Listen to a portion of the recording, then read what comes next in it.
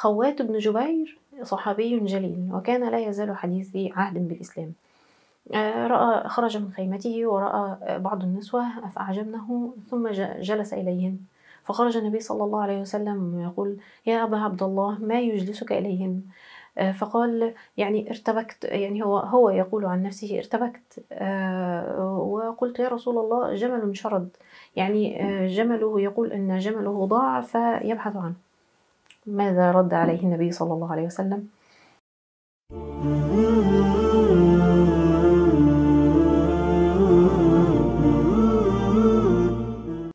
بسم الله الرحمن الرحيم، الحمد لله رب العالمين، والصلاة والسلام على سيدنا محمد وعلى آله وصحبه أجمعين. نستكمل اليوم إن شاء الله تعالى الإشكالية الثانية التي تسببت في منع النساء من الدخول للمساجد وحضور الصلوات. الإشكالية تتمثل في قول أبو حنيفة: فأما اليوم فإني أكره لهن ذلك، يعني شهود العيدين، كان يتكلم عن العيدين، عيد الفطر وعيد الأضحى، وأكره لهن شهود الجمعة وصلاة المكتوبة، وإنما أرخص للعجوز الكبيرة أن تشهد العشاء والفجر والعيدين. والسبب، يعني متأخر الحنفية يقولون السبب في أن خروجهن خوف الفتنة. ثم يقول بعض المعاصرين إن المسلمين يتعرضون للفتن والمؤامرات، ولا بد من عودة الرجال إلى المسجد وإعانتهم على ذلك بمنع النساء من المساجد، وذلك حتى يتجنب الرجال الفتنة ويتفرغوا للعبادة وعمل الخير. فكيف يمكن أن يجابوا على هذه الإشكالية؟ إن شاء الله تعالى نقول بسم الله. أولا، أن العلماء قد أجمعوا على أن من استبانت له سنة الرسول صلى الله عليه وسلم لم يكن له أن يدعها لقول أي أحد من الناس. والأحاديث التي تدل على وجود المرأة في المسجد في كل الصلوات وفي جميع المناسبات صحيحة وثابتة عنه صلى الله عليه وسلم. منها ما روي عن السيدة عائشة رضي الله عنها قالت: كنا نساء المؤمنين يشهدن مع رسول الله صلى الله عليه وسلم صلاة الفجر متلفعات بمروطهن ثم ينقلبن إلى بيوتهن حين يقضين الصلاة. متلفعات بمروطهن يعني مغطيات رؤوسهن وأجسادهن بالملاحف فلا يعرفن من سترهن. وعن فاطمة بنت قيس قالت: نودي في الناس إن الصلاة جامعة، قالت: فانطلقت في من انطلق من الناس فكنت في الصف المقدم من النساء. وعن أسماء بنت أبي بكر قالت: كسفت الشمس على عهد النبي صلى الله عليه وسلم ثم جئت ودخلت المسجد فرأيت رسول الله صلى الله عليه وسلم قائما فقمت معه فأطال القيام. والحديث له تكملة، ولكن يعني نذكر فقط أن الأحاديث وهذه الأحاديث وغيرها تدل على حضور المرأة في المسجد وفي مناسبات عديدة ودون أن ينكر عليها النبي صلى الله عليه وسلم ذلك. ثانيا، الحنفية يقولون إن هذه المسألة من المسائل المتعلقة بالأعراف، بالعادات وبالأعراف، والإمام الشيخ ابن عابدين ذكر ذلك أيضا، يقول: حيث صار خروج المرأة في زمنهم بصفة عامة ذريعة للفساد والفتنة بها، لا سيما خروجها للمسجد، فالمنع في زمانهم كان يشمل كل خروج للنساء. إذن على فرض صحة ما ذهبوا إليه فإن جميع المذاهب الفقهية قد أجمعت على أن الأحكام المتعلقة بالعوائد والأعراف تدور معها وجودا وعدما، بمعنى أن الحكم العادة موجودة فالحكم موجود، إن ذهب العرف أو ذهبت العادة انعدمت فبالتالي ينعدم الحكم. طيب، لا يخفى أن هذه الأعراف كلها قد تغيرت تغيرا كاملا في العصر الحاضر، والمرأة أصبح خروجها من طبيعة هذا العصر الذي نحن فيه، أصبح خروجها سواء للعمل أو للتعليم أو للتعلم أو لقضاء المصالح. والنبي صلى الله عليه وسلم أذن للنساء أصلا في عهده، قد أذن النساء في ذلك، فلا معنى حينئذ لمنعها من المسجد إذا كانت تخرج لكل الحوائج، للتعليم والتعلم والعمل وقضاء الحوائج والتسوق وكل شيء، فلماذا نمنعها لا معنى حينئذ أن نمنعها من المسجد. ثالثا، هو يقول: أرخص للعجوز الكبيرة.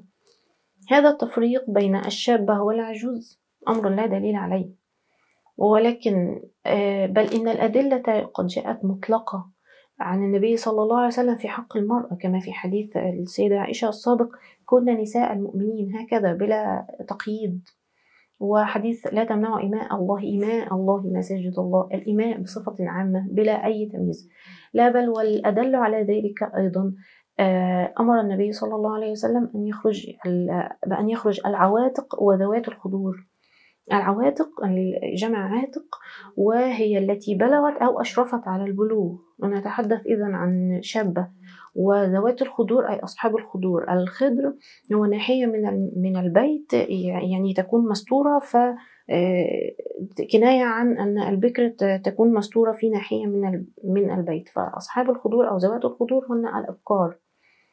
فالنبي صلى الله عليه وسلم لم يحدد أو لم يقيد بالعجوز وامنعوا الشابة، لا أبدا. ثم إننا حتى لو قلنا بجواز حضور العجائز فقط للمسجد، فأين مكانهن؟ إن المسجد الآن مغلق تماما في الدول التي نتحدث عنها. في بعض المساجد مغلق تماما، يعني لا يوجد أي مكان للنساء، سواء كانت عجوز أو شابة أو حتى صغيرة. فأين مكانهن في المساجد الآن؟ هذا الحكم إذن يقتضي أن يجعل لهن مكان يصلين فيه. رابعا، القاعدة الفقهية تقضي بأن ارتكاب أخف الضررين واجب لدفع أعلاهما، وأن ما لا يتم الواجب إلا به فهو واجب. بمعنى نحن نقول إن خروج المرأة الآن أصبح من طبيعة العصر، من طبيعة هذا العصر. خروج المرأة للعمل يؤدي إلى احتياجها لأداء الصلاة، فإن لم يكن هناك مكان لها في المسجد فأين ستصلي؟ طيب، وحينئذ هل نمنعها من دخول المسجد؟ ويا إما سيخرج وقتها، فأي الضررين أشد؟ هل تفوتها الصلاة الواجبة عليها فرضا، أم تؤديها في المسجد مع الكراهة؟ في الحقيقة إنه لا يخشى، والكلام ليس كلامي، يعني هو كلام كثير من العلماء المعاصرين، إنه لا يخشى على مانع دخول النساء المساجد أن يدخلوا في قوله تعالى: أرأيت الذي ينهى عبدا إذا صلى، وفي قوله تعالى: ومن أظلم ممن منع مساجد الله أن يذكر فيها اسمه وسعى في خرابها.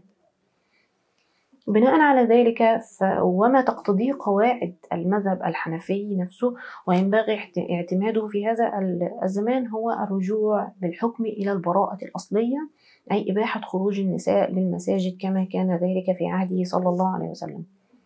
بل أصبحت المرأة المسلمة في الوقت الحاضر في أمس الحاجة إلى ارتياد المساجد أكثر من أي وقت مضى، لمعرفة أحكام دينها وتجديد الإيمان والمشاركة في كافة الأنشطة الاجتماعية والخيرية وغيرها. ثم أخيرا، ما يتعلق بالفتنة نجيب عليه من عدة وجوه. أولا، إن سنة النبي صلى الله عليه وسلم كما قلنا من قبل أحق أن تتبع، والمولى سبحانه قد علم ما سيحدث من الفتن وأعلم نبيه به. الثاني، أن العهد النبوي لم يكن خاليا من الفتن، أو يعني من بعض الانحرافات، فلنهتدي بهدي إذن في هدي النبي صلى الله عليه وسلم في معالجتها. ولنقرأ معا حديث المرأة الخثعمية عن عبد الله بن العباس رضي الله عنه قال: أردف رسول الله صلى الله عليه وسلم الفضل بن عباس يوم النحر خلفه على عجز راحلته، يعني ركب الفضل خلف النبي صلى الله عليه وسلم على نفس الراحلة، وكان الفضل رجل وضيء، والنبي صلى الله عليه وسلم كان يقف للناس يفتيهم. ثم أقبلت امرأة من خثعم وكانت وضيئة أيضا، كانت تستفتي النبي صلى الله عليه وسلم، فجعل الفضل ينظر إليها، فالتفت النبي صلى الله عليه وسلم، فلما رأى الفضل ينظر إلى هذه المرأة الوضيئة فأخذ بذقن الفضل يعني عدل وجهه عن النظر إليها، يعني هو ينظر إليها والنبي صلى الله عليه وسلم يعدل وجهه لكي لا ينظر إليها. هكذا فقط دون أي إنكار ولا أي يعني الهدي النبوي، يعني نتخلق بأخلاق النبي صلى الله عليه وسلم في ذلك. الصحابي خوات بن جبير الذي حكيت قصته في المقدمة، ماذا قال له النبي صلى الله عليه وسلم؟ كان كلما يراه يقول: يا أبا عبد الله، ما فعل شراد جملك؟ لم يزد على ذلك. لم ينكر عليه أيضا، ولم ينكر يعني لم ينكر النبي صلى الله عليه وسلم، لم ينكر حتى على النسوة الجلوس، ولا أصدر حكما عاما بأن منعهن من الجلوس في المسجد ولا غير ذلك. هكذا يتم معالجة الأمور غير السوية بحكمة وروية. فينبغي أن نتحلى بأخلاق النبي صلى الله عليه وسلم ونسترشد بحكمته.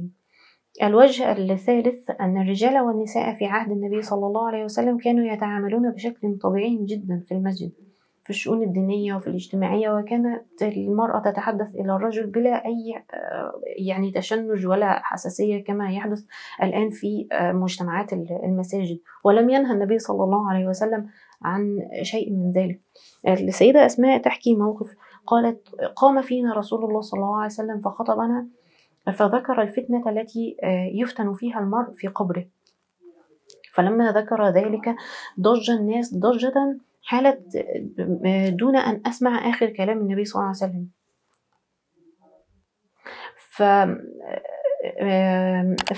فلما سكنت ضجتهم قلت لرجل قريب مني: إيه بارك الله فيك، ماذا قال النبي صلى الله عليه وسلم في آخر كلامه؟ فأجابها قال لها النبي صلى الله عليه وسلم قال: قد أوحي إلي أنكم تفتنون في قبوركم قريبا من فتنة الدجال. في الحلقة القادمة إن شاء الله تعالى نستكمل الحديث. في الختام سبحانك اللهم وبحمدك، نشهد أن لا إله إلا أنت، نستغفرك ونتوب إليك، والسلام عليكم ورحمة الله.